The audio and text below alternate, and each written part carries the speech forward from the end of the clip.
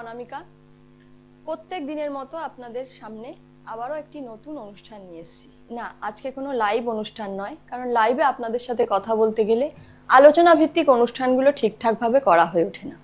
তাই জন্য আজকে আপনাদের জন্য একটি বিশেষ কেন এতবার বিশেষে জোর দিলাম, কারণ হচ্ছে এটা আপনাদের প্রত্যেকের জন্য, ছোট থেকে বড় সবার জন্য খুবই একটি বড় প্রয়োগ বলতে পারেন, যেটা আপনাদের সবারই প্রয়োজন।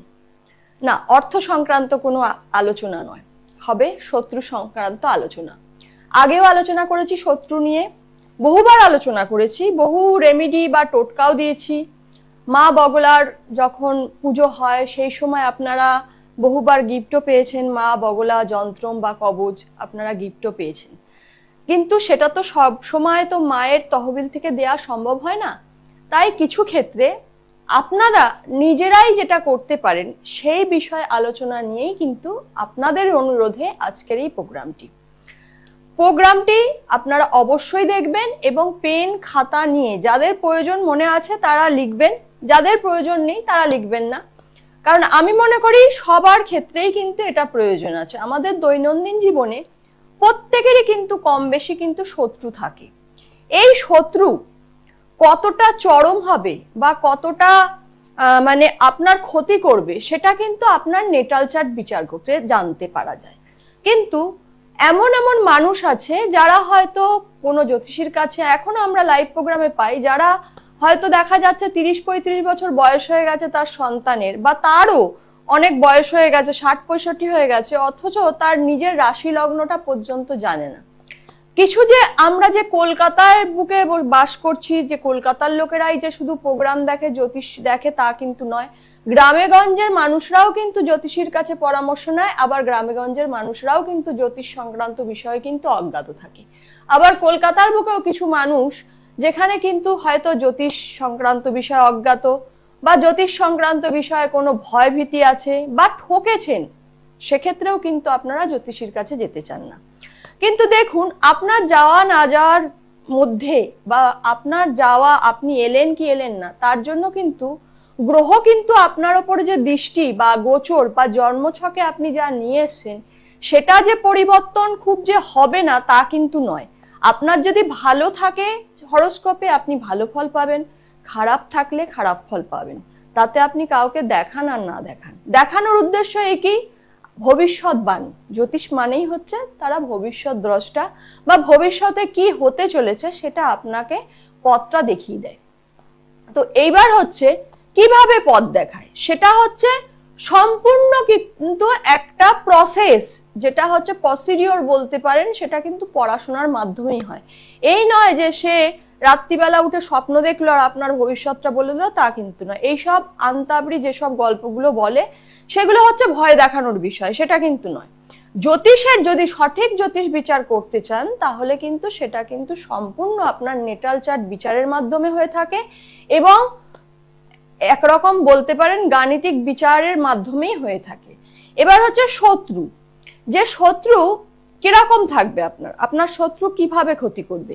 আপনার শত্রু কি আপনাকে প্রাণে মেরে ফেলার চেষ্টা করবে, না আপনার শত্রু ঘরেই থাকবে, বা আপনার শত্রু বাপের বাড়ির দিক থেকে থাকবে, না আপনার শ্বশুর বাড়ির দিক থেকে থাকবে, না মামার বাড়ির দিক থেকে থাকবে, না আপনার কর্মক্ষেত্রে শত্রু তৈরি হবে, না পাড়া প্রতিবেশী হবে। যেখানে সেখানে সেই জায়গাগুলো কিন্তু অবশ্যই নেটাল চার্ট থেকে বিচার করা যায়। এমনকি দেখা যায় নিজের মা বাবাও কিন্তু আপনার শত্রু হয়ে যেতে পারে, সেটা যদি আপনার হরোস্কোপে যদি খুব খারাপ যোগ থাকে, সেক্ষেত্রে কিন্তু এই যোগও দেখা যায়। যে বলা হয়েছে না যে কুপুত্র যদি বা হয় কুমাতা কবু হয় না, কিন্তু এরকমও দেখা যায় যে কিছু কিছু ক্ষেত্রে তার হরোস্কোপের কারণেই হয়তো সে, আমি সবসময় প্রারব্ধের উপর জোর দিই, তার কারণ পূর্বজন্মকৃত ফল আপনি এমন কিছু করেছেন যে এই জন্মে আপনার সাথে সেরকম হচ্ছে। এইগুলো হচ্ছে সমস্ত কি এনেছেন, কি পাবেন, বা ভবিষ্যতে কি হবে, সব কিন্তু আপনার হরোস্কোপ থেকে বিচার করা যায়।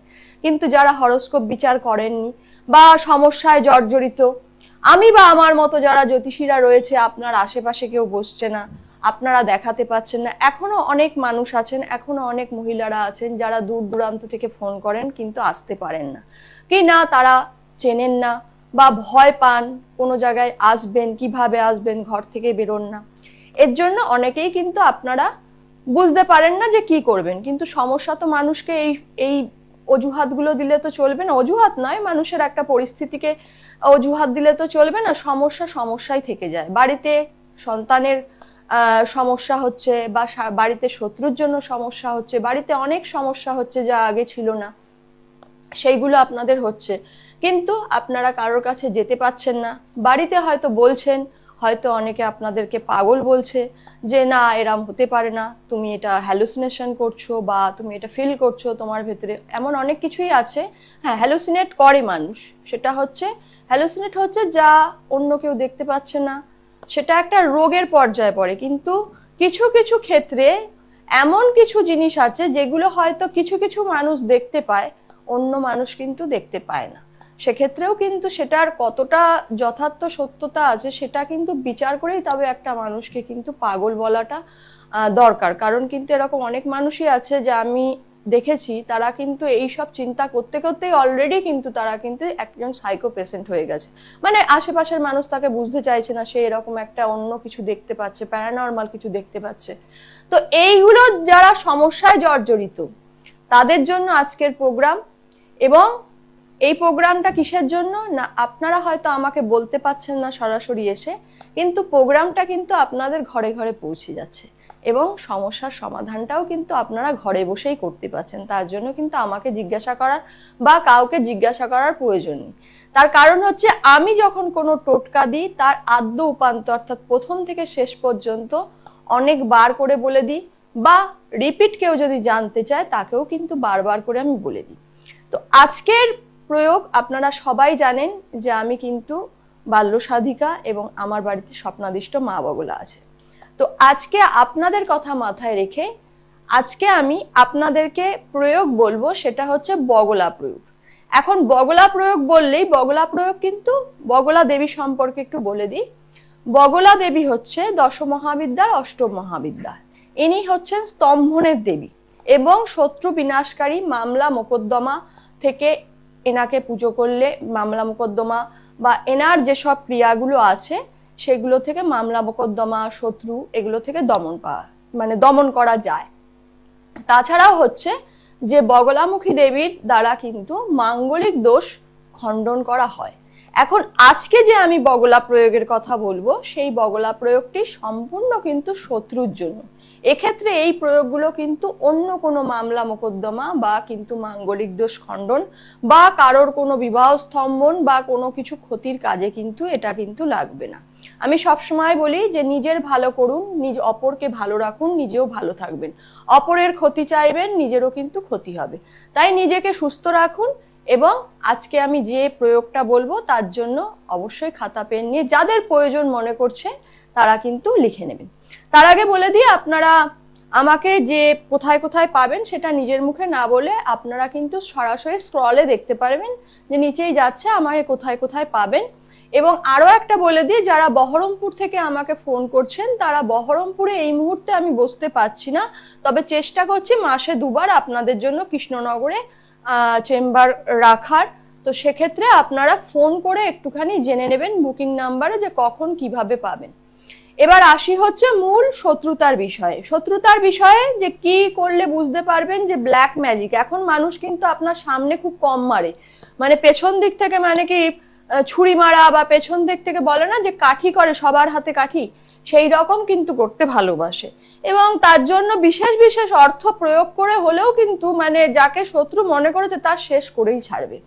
তো এই ধরনের যখন কোনো মানসিকতা নিয়ে কোনো মানুষ শত্রুতা করতে শুরু করে তখন মানে আমি এটা দেখেছি বা উপভোগ করেছি, বা বলতে পারেন আমার কাছেও এরকম অফার এসছে, কিন্তু আমি সবসময় বলেছি যে ভালো করুন, অপরের ক্ষতি নয়। তো এনি অ্যামাউন্ট দিতে কিন্তু তারা রাজি থাকে। জানি না কি তাদের সাইকো মেমোরি, জানি না। তো তাদের এরকম যে যে করে হোক ওই ব্যক্তিকে মেরে ফেলতে হবে বা ওই ব্যক্তিকে বিছানায় শুয়ে দিতে হবে বা ওর ছেলেটাকে যাতে পড়াশোনা বন্ধ হয়ে যায় বা বাক্য বন্ধ হয়ে যায়, তো সেইভাবে করতে হবে। তো এরকম আমার কাছে না হোক অন্য কেউ তো করবেই, কেউ না কেউ তো করবে, আমি তো একাই নয়। তো সেখানে গিয়ে তারা করে এবং ক্ষতির কাজের জন্য হাত পেতে যখন পয়সা নিচ্ছে ক্ষতির কাজটাও করছে। ভালো করার থেকে ক্ষতির কাজ আগেই হয়। তো সেক্ষেত্রে ক্ষতি যখন করছে, যদি 100% না হোক, 80% হলেও কিন্তু তার কিন্তু ক্ষতিটা ক্ষতিই হয়। ক্ষতি 1% হলেও ক্ষতি হয়। হতে পারে যে প্রথমবার মিস গেল, যে বান মারছে বা কিছু করছে, প্রথমবার মিস গেল, দ্বিতীয়বার করলো, সেক্ষেত্রে দেখা যাচ্ছে শারীরিক অসুস্থতা। কিভাবে বুঝবেন যে আপনি ক্ষতিগ্রস্ত হয়েছেন? আগেও আমি আলোচনা করেছি যে কিভাবে বুঝবেন যে আপনি ক্ষতিগ্রস্ত হয়েছেন। যারা প্রথম দেখছেন অনুষ্ঠান তাদেরকে বলে দিই, আপনি যে কালো জাদু বা ব্ল্যাক ম্যাজিক বা যে কোনো তন্ত্র দ্বারা ক্ষতিগ্রস্ত হয়েছেন সেটা কিভাবে বুঝবেন? প্রথম হচ্ছে শারীরিক কিছু পরিবর্তন দেখা যায়, মানে ধীরে ধীরে খাওয়া দাওয়া কমে যাওয়া অথবা খাওয়া দাওয়া অত্যধিক বেড়ে যাওয়া। এছাড়া হচ্ছে চোখের তলায় কালো হয়ে যাওয়া বা চোখ লাল সবসময় থাকা। কোনো মানুষের, আপনার আশেপাশের প্রিয়জনের, বিশেষ করে দেখা যায় যে এটা কিন্তু স্বামী স্ত্রীর ভেতরে হয়ে থাকে, যখন কোনো স্বামী স্ত্রীর ভেতরে তৃতীয় ব্যক্তি, সেটা যে কেউ হতে পারে, তৃতীয় ব্যক্তি প্রবেশ করে, সে যদি মনে করে স্বামী স্ত্রীর ভেতরে, স্বামী বা স্ত্রীর সাথে এদের সম্পর্ক ভালো রাখতে চাইছি না, তখন কিন্তু তারা কি করে, তারা একটা কোনো রকম ক্ষতি প্রয়োগ করে এবং তখন দেখা যায় যে আপনার চেনা মানুষটাকেও আপনি চিনতে পারবেন না, একদম আপনার সাথে খুব খারাপ ব্যবহার করবে, আপনাকে দেখলে তেলে বেগুনে জ্বলে উঠবে এবং মনে হবে, এবং তার সাথে সাথে তো যেগুলো হয়ে থাকে সংসারে, যেগুলো অশান্তি, ঝগড়া, ডিভোর্স পর্যায়ে পৌঁছে যায়, সেগুলো কিন্তু হয়ে থাকে। তখন আপনারাই চিন্তা করেন যে এই মানুষটাকে কিরকম, এত বছর আমি এর সাথে সংসার করছি, 10 বছর, 15 বছর, 20 বছর, কখনো এর এরকম রূপ তো দেখিনি, হঠাৎ করে কি এমন হলো 1 মাস 2 মাস 3 মাসের ভেতরে যে আমার এরকম সংসারে এরকম হয়ে গেল যে আমার এর সাথে থাকা আর সম্ভব হচ্ছে না। তো এই যে স্বভাবের পরিবর্তন, এটাও কিন্তু মানুষের দেখলে বোঝা যায় যে সে কোনো প্রকারে, আন্দাজে নয়, এটা কিন্তু অবশ্যই বিচার করতে হবে তারপরে, যে সে কোনোভাবে কিন্তু ক্ষতিগ্রস্ত হয়েছে। দ্বিতীয় হচ্ছে আপনার বাড়িতে সবাই সুস্থ সবল ছিল, কোনোদিন সেই বাড়িতেই আপনি দীর্ঘ বসবাস করছেন, কোনো সমস্যা ছিল না, হঠাৎ করে দেখছেন আপনার বাড়িতে বিভিন্ন রকম নেগেটিভ বা নকারাত্মক যেসব জিনিসগুলো হয়ে থাকে, আশা করি আপনারা সবাই বোঝেন নেগেটিভ জিনিস কি কি হয়ে থাকে। মনে করুন আপনি সকালবেলা ঘুম থেকে উঠলেন, দেখলেন পানের ওপরে কিছু পড়ে রয়েছে, কোনো লেবুর ওপরে কোনো ক্রিয়া করে পড়ে রয়েছে, জবা ফুল এবং চাল, এইগুলো কালো তিল সমেত সেগুলো পড়ে রয়েছে। এরকম বহু তন্ত্রের তো অনেক পার্ট রয়েছে, সেখানে বহু তন্ত্রের বিভিন্ন রকম ক্ষতির পদ্ধতি রয়েছে, সেইগুলো পড়ে রয়েছে।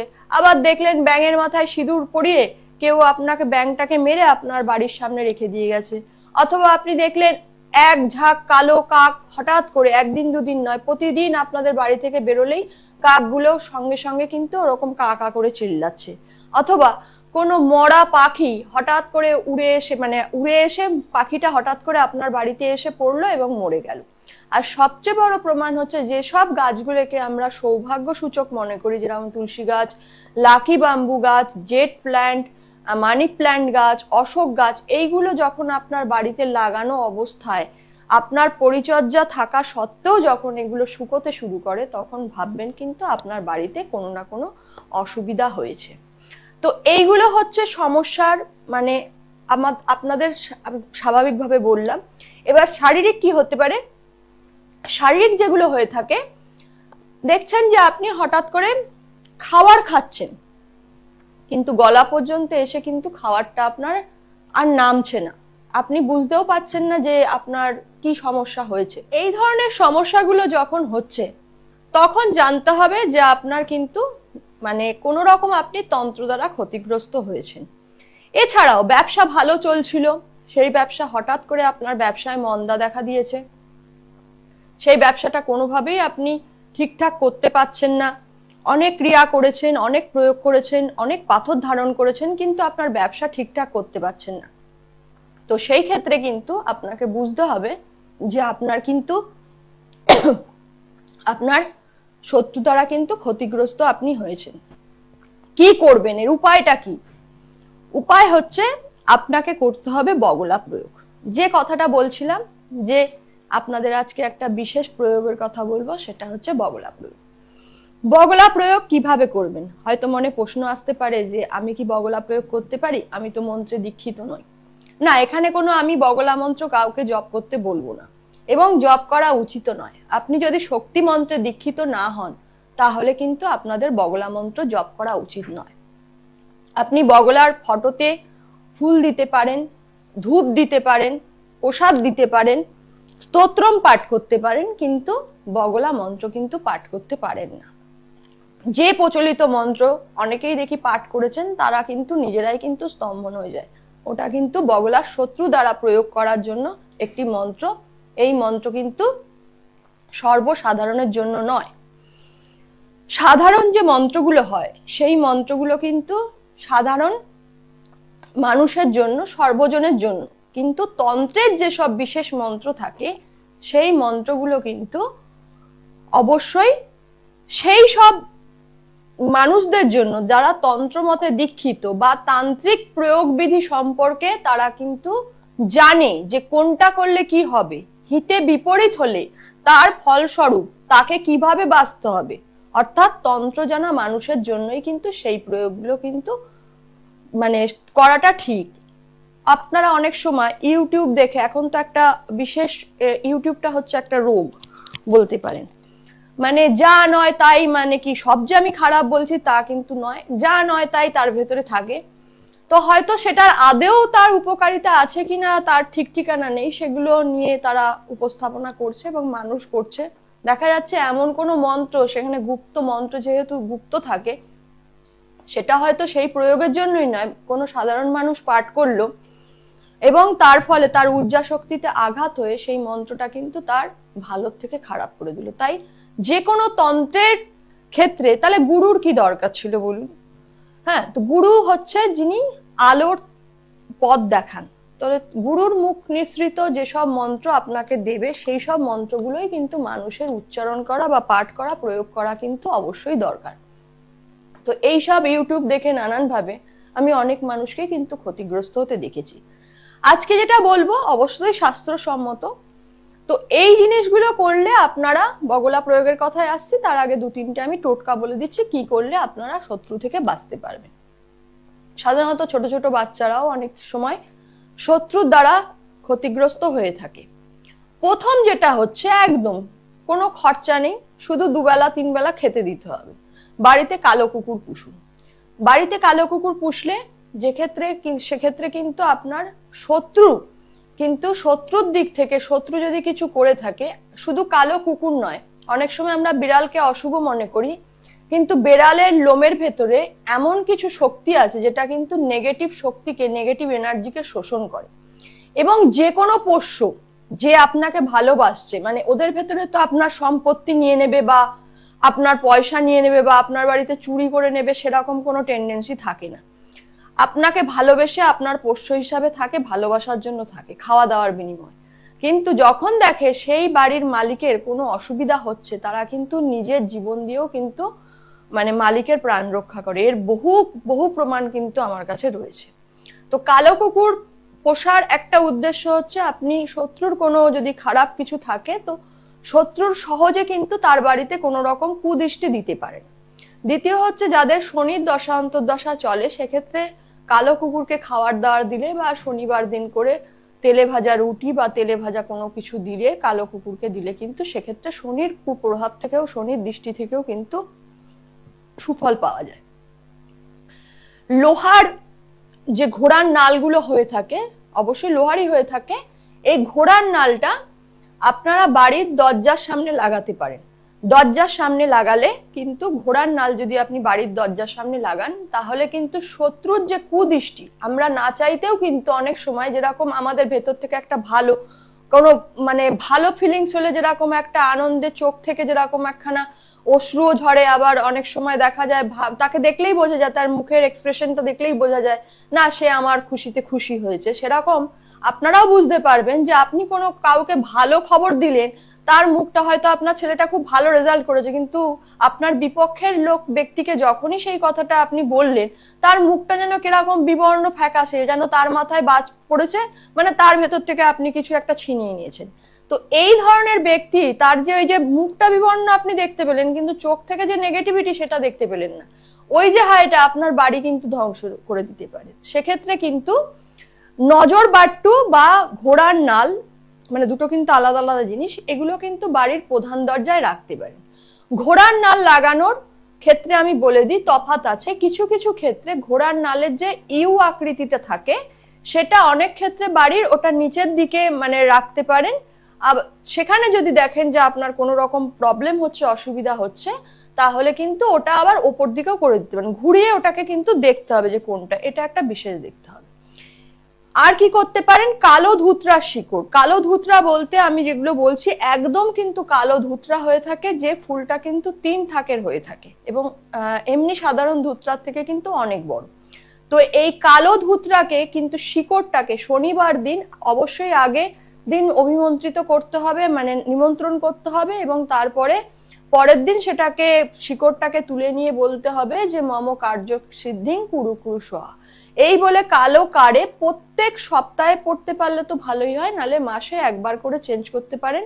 এটা কোমরে ধারণ করতে পারেন। এতে আপনাদের শত্রু বাধা এবং বাতের ব্যথা যাদের আছে সেক্ষেত্রে কিন্তু আপনারা ভালো ফল পাবেন। আসি মূল প্রয়োগের বিষয়ে। আমি দুবার সময় থাকলে আলোচনা করব, আপনাদের বুঝতে অসুবিধা হলে কিন্তু রিপিট করে প্রোগ্রাম পজ করে কিন্তু আপনারা ইউটিউবেও কিন্তু দেখে নিতে পারেন।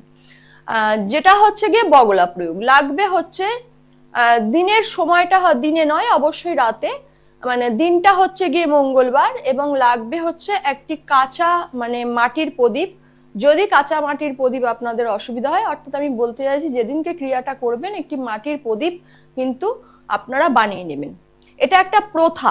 এখন একটা যেটা প্রথা হয়ে আসে, যেরকম কালী পুজোর সময় আগেকার দিনে কি হতো, 14 শাক খাওয়ার পরেই কিন্তু প্রদীপ বানানোর একটা রীতি ছিল, কিন্তু এখন কিন্তু সেটা নেই। এখন বাজার থেকে মাটির প্রদীপ কিনতে পাওয়া যায় এবং পোড়া মাটির প্রদীপ। কিন্তু এটা আপনারা পোড়া মাটির প্রদীপ দিয়ে করতে পারেন, কিন্তু সেক্ষেত্রে কাঁচা মাটির প্রদীপ হলে খুব ভালো হয়। মঙ্গলবার দিন আপনারা শুদ্ধ বস্ত্রে দিনের বেলায় কাঁচা মাটির একটা প্রদীপ তৈরি করে নেবেন, রোদে ওটাকে হালকা শুকিয়ে নেবেন। ঠিক রাত 12টার সময় ওই প্রদীপটার ওপরে সর্ষের তেল দেবেন এবং হলুদ মিশ্রিত পলতে, অর্থাৎ যে তুলোটা নেবেন সেটাকে কাঁচা হলুদের রসে অভাবে আপনারা গুঁড়ো হলুদ মাখিয়ে ওটাকে কিন্তু হলুদ রং করে নিতে হবে। হলুদ রং করার পরে সেটিকে সেই পলতেটাকে কিন্তু আপনাকে ওই প্রদীপের ভেতরে দিতে হবে। তারপরে আপনাকে একটা হলুদ আসন নিতে হবে। হলুদ আসন যদি না থাকে তাহলে আপনারা সেক্ষেত্রে কুশাসন ব্যবহার করতে পারেন। কুশাসন ব্যবহার করবেন এবং একটি লেবু নেবেন। লেবুর ভেতরে শত্রুর নাম লিখবেন। এক্ষেত্রে আপনারা পেন বা স্কেচ পেন ব্যবহার করতে পারেন, কিন্তু শাস্ত্র মতে এখানে কিন্তু বেল কাঠের উল্লেখ আছে, কিন্তু আপনারা সেটা করতে পারবেন না। হলুদ দিয়ে লিখতে হয়, সেটাও করতে পারবেন না। সেক্ষেত্রে আমি বলবো আপনারা কালো কোনো পেন নিয়ে নেবেন এবং শত্রুর নাম লিখে নেবেন। যদি শত্রু আপনারা বুঝতে পারেন না যে আপনার সবই শত্রু, আপনি সব শত্রুকে একসাথে দমন করতে চান, তাহলে ওর ভেতরে শুধু শত্রুই বলবেন এবং বা বলবেন, মানে আমি যখন স্তোত্রটা বলার কথা বলছি সেই পরের বক্তব্যে শত্রু লিখবেন এবং নিজেও সারা শরীরে কিন্তু হলুদ বস্ত্র পরিধান করবেন। মহিলারা যদি এই ক্রিয়াটি করেন তাহলে কিন্তু আপনারা অবশ্যই চুলটাকে খোলা রাখবেন না, চুল বেঁধে নেবেন এবং হলুদ বস্ত্র পরিধান করবেন। হলুদ আসনে বসবেন এবং সামনে একটি অবশ্যই পিতলের কোনো পাত্রে লাড্ডু হলুদ রঙের রাখবেন। এবং যদি আপনারা মা বগলার চিত্র থাকে তো ভালো, না হলে মানে মনে মনে চিন্তা করবেন। অবশ্যই জানেন মা বগলার কিরকম, মানে তার ছবিটার রূপ কিরকম, এক হাতে মুদগর এবং এক হাতে শত্রু জিহ্বা টান মেরে আঘাত করার চেষ্টা করছে। এই রূপ চিন্তা করে বগলা স্তোত্রম যেটা রয়েছে সেটাকে এক মনে পাঠ করবেন। পাঠ করার পরে ওই যে লেবুটি রয়েছে ওই লেবুটাকে পাঠ করা হয়ে গেলে একবারই পাঠ করবেন। প্রতিদিন করতে পারলে তো, প্রত্যেক মঙ্গলবার করতে পারলে তো ভালোই। পাঠ করার পরে ওই লেবুটাকে যতক্ষণ পারবেন তাপ দেবেন। আমি আশা করছি 90 দিন অর্থাৎ 90 বার করার পরে আপনার কিন্তু শত্রু আপনার কোনো ক্ষতি আর করতে পারবে না। আজকে এই পর্যন্তই, সময় বলছে শেষ। ভালো থাকবেন, ভালো রাখবেন, আবার অন্য প্রোগ্রামে দেখা হবে। নমস্কার। দূর আর দূরে নেই